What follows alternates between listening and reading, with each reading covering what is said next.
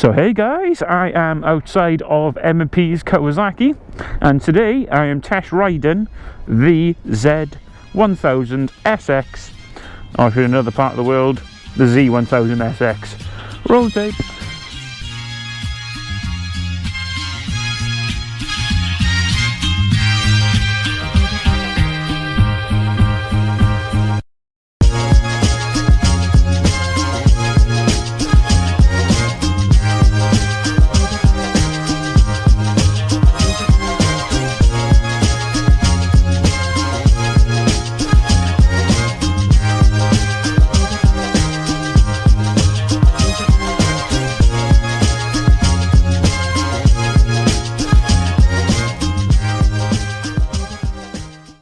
So, the Kawasaki Z1000SX.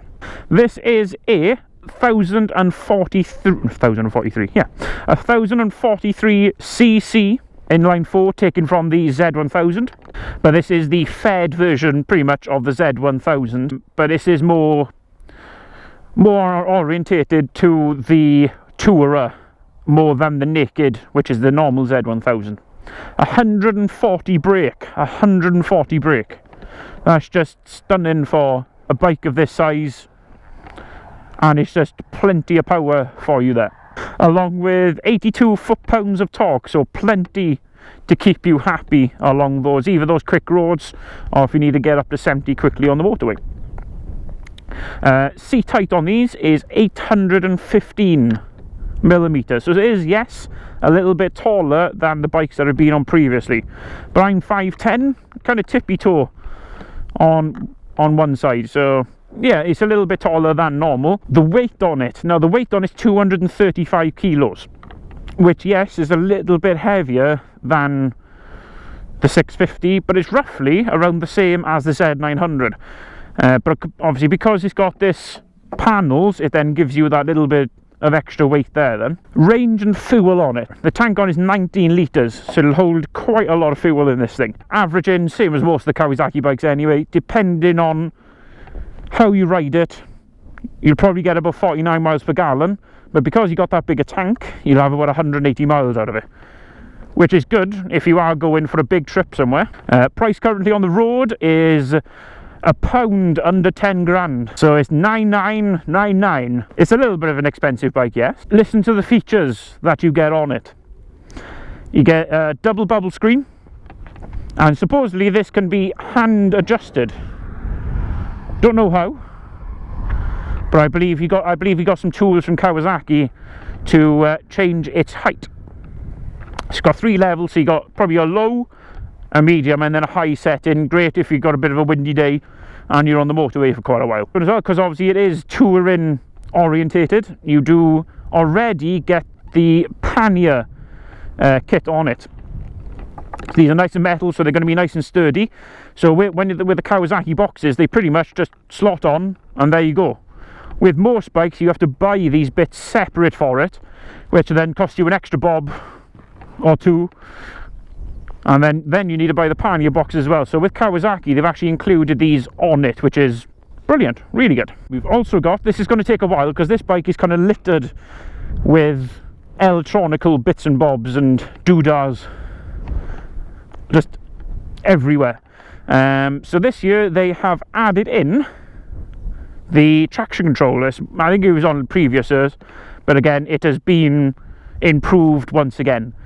So it's got different levels of traction control, which you can change on the dashboard by using the select buttons. It's also that Kawasaki, the traction control is also, they have now got something called an IMU in it. So I'm going to read this because, yes, it is a little bit complicated to remember. So the IMU, so it's pretty much just a measurement unit.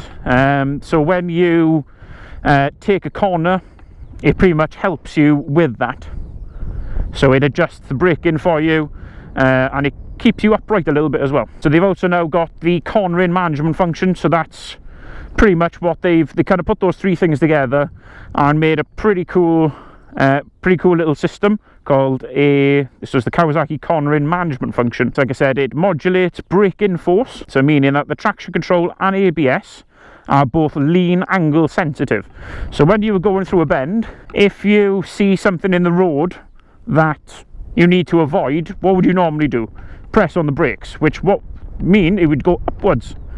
But with this Kawasaki Conic management function, that would actually help you along. So if you pressed hard on the brakes, you don't go upright, you actually keep on going through the corner, which is a pretty neat function, because you don't really want to scratch your brand new bike, and it does happen. So you know, you can be the best rider in the world, but if you're trying to avoid something and you press on those brakes, you're going into a rail, you're going somewhere. But this is the first time Kawasaki have put that on their bikes, so I'll give you a little bit of a walk around of the bike now. So that's all the features. Yes, that's the bit that took ages. So twin exhausts in the back, really nice. You can get so many different exhausts for these ones. Obviously metal pannier systems. The seats are really nice. I know from last year, one of the feedbacks from last year is that the pillion seat was very uncomfortable, which this year they have made super soft. There's a load of cushion there. The seats are nice and soft. Metal tank, so getting tank bags for this, even the cheap ones, will work perfectly. Now all of these are plastic, obviously that's why they call plastics, but you're more likely you can get some sliders, so if you do kind of fall over on it, you're not going to damage those plastics, which are more likely going to be quite expensive. Mirrors, these are obviously right out in front of the fairings. Really good mirrors on them. You can see for miles behind me, I'm not seeing shoulders or anything like that. They're perfect. Okay, so on the handlebars itself, lots of little buttons everywhere, lots of little buttons. So you've got your headlamps, you got low beam, high beam, you got your indicators, got your horn, you've got your hazards, thank you very much. You've also got your select button, so this is to go through the little system that's on your dash. Got your kill switch, and you got your starter button as well. So when we turn it on, let's give it a switch on.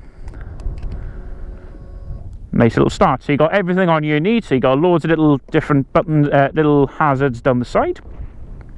Hazard light, sorry. You got obviously your full tack. You got your gear. You got your time, fuel, temperature. Your trips, which again you can change through the buttons on here, which I'll show now. Obviously you got your speed, your power, your traction control, and the temperature of the bike as well. So loads of different things on the little cluster there. So on top we'll change your how many miles the bike's done and your trips, and the bottom one just changes your miles per gallon and your average and your range as well. So it's got quite a little different functions there. With your select buttons, when you press them, you can then change your power from F to L, so I'll have to find out what that is. More likely, I've been in L, so whether that's low power and full power, we'll give it a try. And then that's the traction control, so you can go 3 down to off. So that controls what your traction, how much traction, and how much interference you would want with the bike. So let's give it a little bit of a sound, shall we? So we'll go on this side, as you can see a bit more. So start her up. So this is an inline 4, so you got that big meaty sound even from a Euro 4 exhaust. Just give her a bit of a rev. So plenty of noise coming from her, plenty. And even for a stock exhaust, yeah, it sounds half decent. Obviously there is much better sounds out there, but put some nice Zards, I think they're called, on there, and you probably get the best sound possible out of it, or you can get the Akrapovics, which Kawasaki normally recommend anyway. So that has been the Z1000SX. So the Z1000SX, or the Z1000SX, if you're in the right part of the world. Woo! Oh my, oh me, oh my. This is a little beastie. But this is kind of like the fed version of the Z1000. Okay, so far, how do I feel? It only feels kind of like a little bit heavier when you come to a stop. And yes, obviously it's a much bigger bike, but it is about 235 kilos.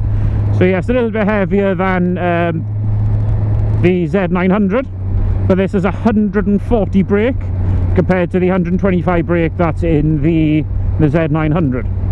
It's got about 83 foot-pounds of torque as well, and you can really feel that power that's behind it. But this is kind of going to be like, it's going to feel like the kind of like the noob's guide to this bike. That's what it feels like at the moment, because this bike has so many different rider aids on it. It's crazy, so many different rider aids. But this is kind of not replacing anything. Obviously this is replacing last year's Z1000SX, so it is replacing that one. So acceleration test, 30 to 60, be ready.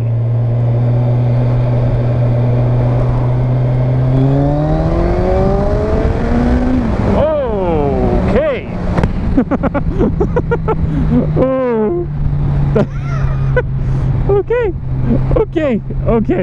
Okay, I have to do that again.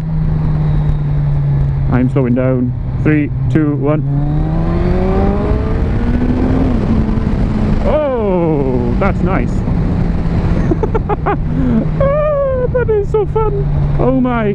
But yeah, handling, really nice. Really nice. But Christ, this, you know, even going at standard speeds, you are not even getting close to what this bike can do. This bike is just off the charts. It's crazy. But yeah, for my love for the Z900, I can just see all of the best bits of the Z900 in this bike as well. Yeah, it's got that assist and slipper clutch.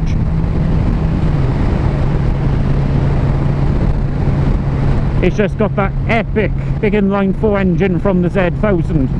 It's just sweet, so nice. You can see why these bikes are so popular. But I am really comfortable, really comfortable.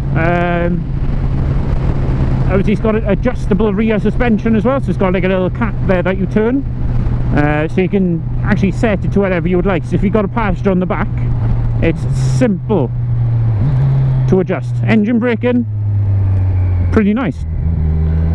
Not a great deal of it, but you got enough there that will keep you happy.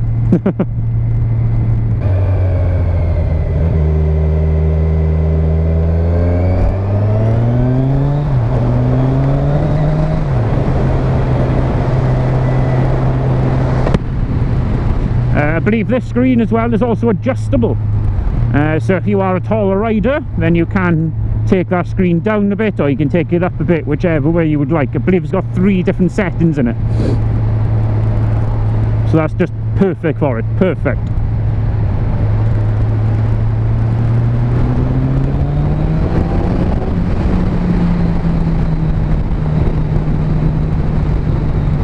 Oh man, you just want to spank the thing out of this. You just want to spank it. Totally want to spank it just all over the place. Holy moly. But for town riding, let's get into 30. 4th gear, 2,800 revs, 30 miles an hour, or even 2.5. The range you're going to get on this thing, because it is a much bigger tank, so a 17 litre I believe, or maybe even a little bit more, but you're going to get a hell of a lot of miles out of this bike. Even if it's got all that power, you're going to have plenty to chuck around. Plenty. But I am very comfortable so far. The feet are a little bit further back than the 650 that I just been on, so you do have a little bit more of a sporty sitting position, but I'm comfortable. I'm not hunched over. I'm sitting quite upright at the moment. Very comfortable. Okay, suspension little test. Let's see what this feels like. Oh, a little bit juddery. I'm guessing this, whoever's ridden this last may have put that on like its top setting, so you can adjust, like I said, that rear suspension to whatever you would like to be. So 3rd acceleration, let's go.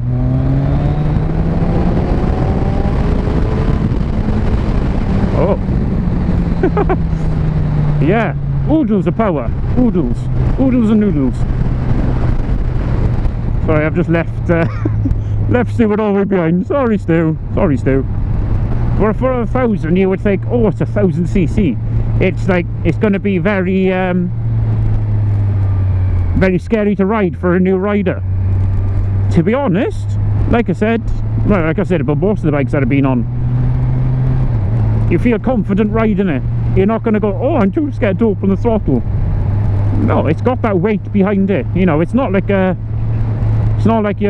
like 160 kilos and that front end's going to fly up when you accelerate.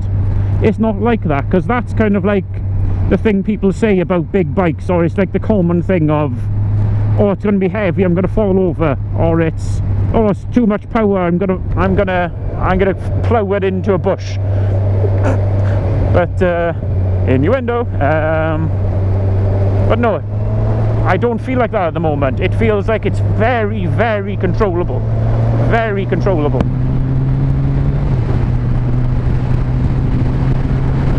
It's got that power there when you need it, and when you need to go a little bit slower, it's also got that little bit of slowness behind it as well.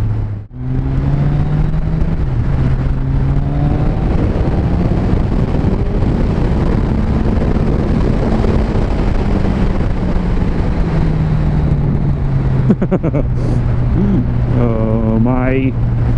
Yeah, so it's very tempting just to twist that throttle and go off into the sunset. It is so tempting. You know, this can break the UK speed limit in supposedly 2.5 seconds, or probably about 3 seconds. It will just break any, and that's from a standstill, you know, from any UK speed. It'll be just gone. You've broken the law already. Okay, my final thoughts, and yes, I have put it in F. I don't know what F means. I am a noob, and yes, I do know, and I'm probably going to have comments like, oh, you didn't research the bike before you came out to know what it was like. No, I didn't, because I want a first impression. I haven't looked at other reviews of what this is like. I'm going on my own first impressions, not going, oh, what did other people talk about? The things that I've talked about are what are important for me. So, what do I think of this bike? I think it's bloody fantastic. It's lovely, it's not lumpy, it's so smooth.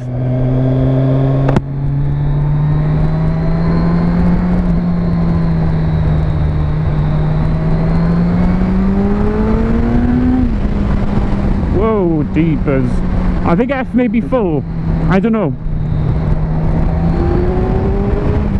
Oh my geez. Yeah, there's got a lot more oomph to it. Yes, but would I own one? Hell yes. Hell yes. To be honest, if I liked well, I do like fed bikes, but I think the perfect combination, if you were thinking about getting something for touring and then getting something for a bit of fun on the weekend, possibly get a combination of the Z650, the Ninja 650, and this. Oh wow, that noise! That noise! I think this brings the F. This brings the F out of it. What's the F for? Fun! Oh, I can see. But yes, for 9999. You know, very, very close to the cost of the standard Z1000. Very, very close to the cost of the Z1000. And if you were doing a lot of touring, this is perfect for you. This is perfect for touring, because you've got good suspension on it. You know, plenty of room for your for the person on the back.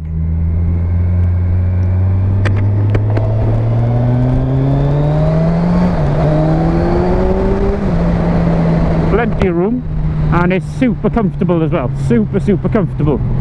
It's like having a little sofa on the back, like a little mini sofa on the back, because it's just got such a nice seat to sit on. It looks like such a nice seat. You don't feel that weight, you don't feel that big amount of weight behind you, definitely don't.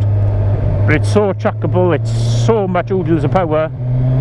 But anyway, you know I like this bike, you know I love this bike. For the cost of it, it's decent. For what tech you get on it, you get so much tech for your money. Maybe not a lot of people do like all that interference, but to be honest, it keeps you safe. Keeps you safe, you know, it's not constantly flapping that you're not doing something right. It's just there in the background, it's just behind. It keeps you safe on the road. So let me know, you know, if there's anything I missed. If you want to know anything, put in the comments below.